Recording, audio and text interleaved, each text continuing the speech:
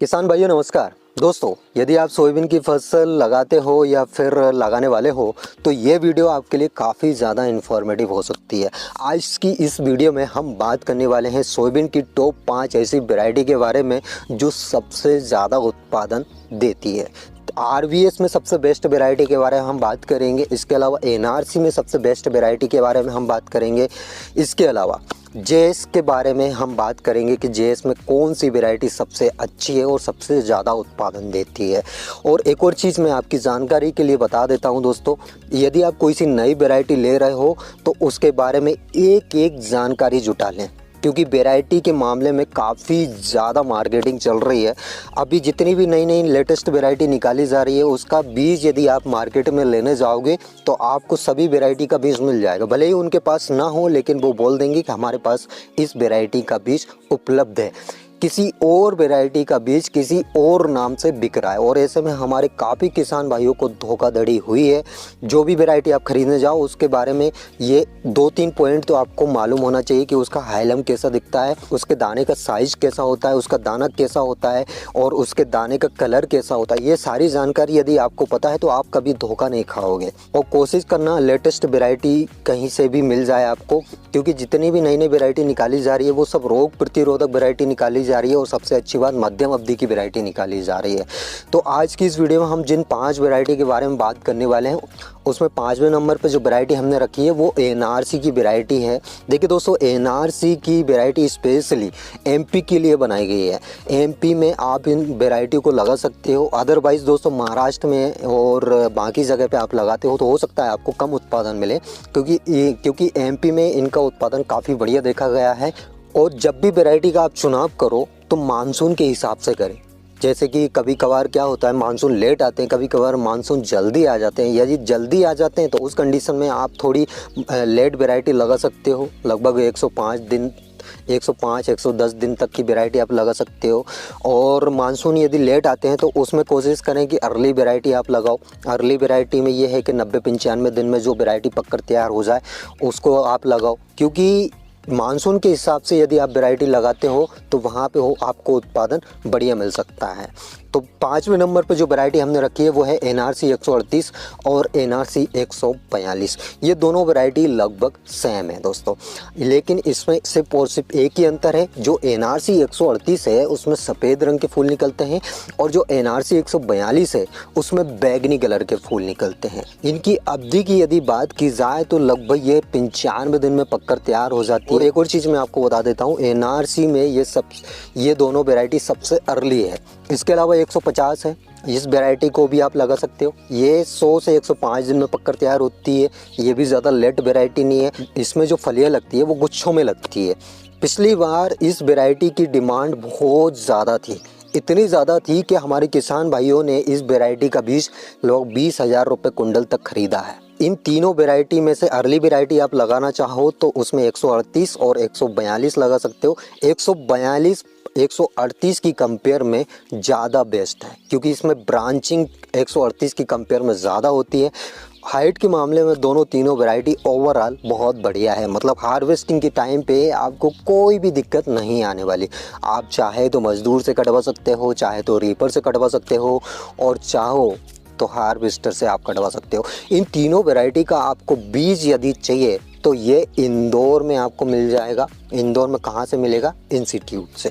अब इसका नाम क्या है वो मैं डिस्क्रिप्शन में आपको दे दूंगा, बाकी वीडियो के लास्ट में आपको बता दूंगा कौन सा इंस्टीट्यूट है, कहाँ पे है, कहाँ से जाना है, कैसे आप प्राप्त कर सकते हो। अब आरवीएस में यदि बात की जाए तो आरवीएस में काफ़ी लेटेस्ट वैरायटी अभी निकाली जा रही है और जो सबसे बेस्ट वैरायटी है आरवीएस की वो है RVSM 1135 की यदि बात की जाए तो ये थोड़ी लेट वैरायटी है। लगभग 115 दिन में पककर तैयार होती है। लेकिन RVS की श्रृंखला में यदि सबसे बेस्ट वैरायटी की यदि बात की जाए तो वो है RVSM 1135। इसके अलावा RVS 2024 यानी 2024 को भी आप लगा सकते हो। ये थोड़ी कम अवधि की वैरायटी है, लगभग 100 दिन में पककर तैयार हो जाती है। इसी के साथ RVS 2018 है। RVS 2018 और RVS 2024 ये लगभग दोनों सेम वैरायटी है। सिर्फ और सिर्फ इनमें एक अंतर है कि RVS 2024 इसमें गोल पत्ते देखे जाते हैं और RBS 2018 इसमें लंबे पत्ते देखे जाते हैं। हाइट के मामले में ओवरऑल दोनों बढ़िया है, मतलब हाइट काफ़ी बढ़िया हो जाती है। और फूलों की यदि बात की जाए तो दोनों में सफ़ेद रंग के फूल निकलते हैं। 45 से 50 दिन में इनमें फूल निकलना स्टार्ट हो जाते हैं। लेकिन दोस्तों इन तीनों वैरायटी में से यदि आप लेट वैरायटी लगाना चाहो तो उसमें RBS हम 1135 लगाएं, और यदि आप मध्यम अवधि की वैरायटी लगाना चाहते हो तो उसमें RBS 2018 और RBS 2024 में कंफ्यूज हो तो उसमें RBS 2024 लगाएं।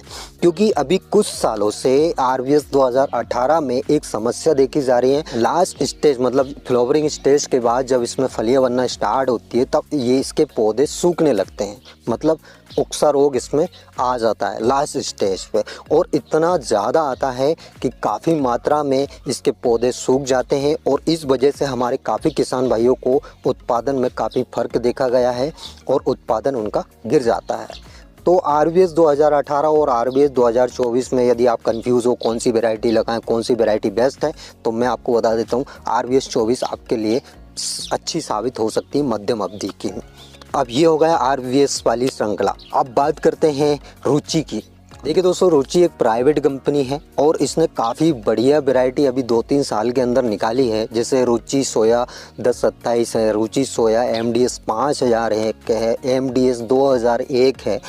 और सबसे अच्छी बात ये क्षेत्र के हिसाब से वैरायटी निकालते हैं। अब एक वैरायटी है रुचि सोया 1027, ये हर साल इसकी कोड बदलते रहते हैं। मतलब 2022 में ये 1027 के नाम से बिकी थी, 2023 में इसका कोड बदलकर इन्होंने 1035 कर दिया, मतलब रुचि सोया 1035। तो अब ये कोड चेंज क्यों करते हैं उसकी फिल्म तो इनको ही पता होगा, लेकिन ये वैरायटी ओवरऑल बहुत बढ़िया वैरायटी है। लेकिन दोस्तों इसकी एक और जानकारी मैं आपको दे देता हूँ, इसकी यदि आप बुवाई कर रहे हो तो उसमें सल्फर जरूर डाल लें। अगर आप सल्फर नहीं डालते हो तो लास्ट स्टेज पे इसकी फलियां गिरने वाली शिकायत इस वैरायटी में देखी गई है। और यदि आप सल्फर मिलाकर इस वैरायटी की बुवाई करते हो तो फलियां गिरने वाली जो शिकायत है वो आपको नहीं देखने को मिलेगी। इसकी अंकुरण क्षमता बहुत ज़बरदस्त है दोस्तों, मतलब इसकी बीज दर जो रखी जाती है वो 22 kg पर एकड़ के हिसाब से रखी जाती है। नॉर्मली जो बीज दर है वो 25 से 30 kg हमारे किसान भाई रखते हैं हर एक वैरायटी की। मतलब जो भी JS या RBS वैरायटी आप लगा रहे हो तो उसमें 25 से 30 kg प्रति एकड़ तक हम बीज दर रखते हैं। लेकिन यदि इस वैरायटी की बीज दर आप 22 से ज़्यादा रखते हो तो ये बहुत ज़्यादा संघन हो जाती है। इसमें ब्रांचिंग काफ़ी ज़्यादा देखी गई है, ब्रांचिंग बहुत ज़्यादा होती है और हाइट भी काफ़ी बढ़िया होती है। और इसमें फलियां गुच्छों में लगती है और काफ़ी ज़्यादा लगती है, 3 से 4 दाने की फलियां अधिकतर इसमें देखी जाती है। रोग प्रतिरोधक वैरायटी है दोस्तों, काफ़ी बढ़िया वैरायटी है। और सबसे अच्छी बात, पानी भराने वाली जगह पर भी आप इस वैरायटी को लगा सकते हो, वहाँ पर भी आपको ये अच्छा खासा उत्पादन निकाल के दे सकती है। तो रुचि में या आप रुचि सोया 1027 लगा सकते हो या फिर MDS 5001, ये थोड़ी लेट वैरायटी है लेकिन उत्पादन के मामले में ये भी काफ़ी बढ़िया वैरायटी है। और MDS 2001 ये दोनों लगभग सेम है। MDS 5001 में बैंगनी कलर के फूल निकलते हैं, रुचि सोया 1027 में सफ़ेद रंग के फूल निकलते हैं और 42 से 45 दिन में इसमें फूल निकलना स्टार्ट हो जाते हैं। अवधि की यदि बात की जाए तो 90 से 95 दिन में पककर तैयार हो जाती है। लगभग मध्यम अवधि की ये वैरायटी है और काफ़ी बढ़िया वैरायटी है। मैं लगातार 3 साल से इस वैरायटी को लगा रहा हूँ, काफ़ी बढ़िया उत्पादन मेरे को मिलता है। अब JS की यदि बात की जाए तो JS में अभी तक की जो बेस्ट वैरायटी है वो है JS 2172। इसके अलावा 22 में इन्होंने 3 वैरायटी निकाली थी, 2212, 2218 और 2216। इन तीनों वैरायटी में से यदि बेस्ट वैरायटी की बात की जाए तो वो है 2218। ये लगभग जो हमारी JS 9560 वैरायटी थी सेम उसी की तरह है और उसी की तरह इसमें बैंगनी कलर के फूल निकलते हैं। और सबसे अच्छी बात यह है कि ये काफ़ी अर्ली वैरायटी है, लगभग 90 दिन में पककर तैयार हो जाती है। और हाइट के मामले में ये JS 9560 की कंपेयर में काफ़ी बढ़िया है, उससे काफ़ी ज़्यादा हाइट हो जाती है। और उसी की तरह इसके दाने का साइज़ भी काफ़ी बढ़िया है। और फलियों में दाने की यदि बात की जाए तो 3 से 4 दाने की फलियां इसमें लगती है, तो ये भी काफ़ी बढ़िया वैरायटी है। और इसके अलावा अभी JS 2172 जो कि सबसे बेस्ट वैरायटी अभी JS की है। अब ये JS 2172 की यदि बात की जाए तो ये मध्यम अवधि की वैरायटी है, लगभग 100 दिन में पककर तैयार हो जाती है और उत्पादन में इसका कोई तोड़ नहीं है दोस्तों, एकदम रोग प्रतिरोधक वैरायटी है। और इसके दाने का साइज़ काफ़ी बड़ा होता है। और इसमें हाइलम की यदि बात की जाए तो हाइलम इसका हल्का सा ब्राउन होता है, ताकि आप बीज लेने जाओ तो कभी कंफ्यूज ना हो, कभी धोखाधड़ी आपके साथ ना हो। आमतौर पे इसकी जो बीज दर रखी जाती है 25 केजी पर एकड़ के हिसाब से रखी जाती है। और यदि आप बेड पद्धति पे लगा रहे हो तो उसमें आपको बीज दर कम करके रखना पड़ेगा। ओवरऑल ये वैरायटी काफ़ी बढ़िया है। जेएस में यदि आप जाते हो तो जेएस 2172 आपके लिए बेस्ट ऑप्शन हो सकता है। इसके अलावा जेएस में 2303 और 2309 जो कि 2023 में निकाली गई थी, इन दोनों वैरायटी के बारे में मैं आपको डिटेल में जानकारी दे दूंगा कि इसमें बेस्ट कौन सी है और इसका बीज आपको कहाँ से मिल सकता है, किस इंस्टीट्यूट से आपको इसका बीज प्राप्त हो सकता है, उसके बारे में एक डिटेल में जानकारी आपको दे दूंगा नेक्स्ट वीडियो में। इसके लिए आपको एक काम करना पड़ेगा, यदि आपने अभी तक चैनल को सब्सक्राइब नहीं किया तो सबसे पहली बात तो चैनल को सब्सक्राइब कर लीजिए और इसके साइड में जो बेल आइकन है उसको दबा लें, यानी घंटा, ताकि वीडियो की नोटिफिकेशन आपको तुरंत मिल सके और तुरंत आपके पास जानकारी पहुंच सके। तो आई होप दोस्तों आपको मेरे द्वारा दी गई जानकारी समझ आई होगी, वीडियो पसंद आई होगी। वीडियो अगर अच्छी लगी हो तो एक लाइक, और जो किसान भाई चैनल पे पहली बार आए सब्सक्राइब करना बिल्कुल ना भूलें। तो आज के लिए इतना ही काफ़ी है, मिलते हैं नेक्स्ट वीडियो में नेक्स्ट टॉपिक के साथ। तब तक के लिए tata, bye bye, take care, जय राम जी की।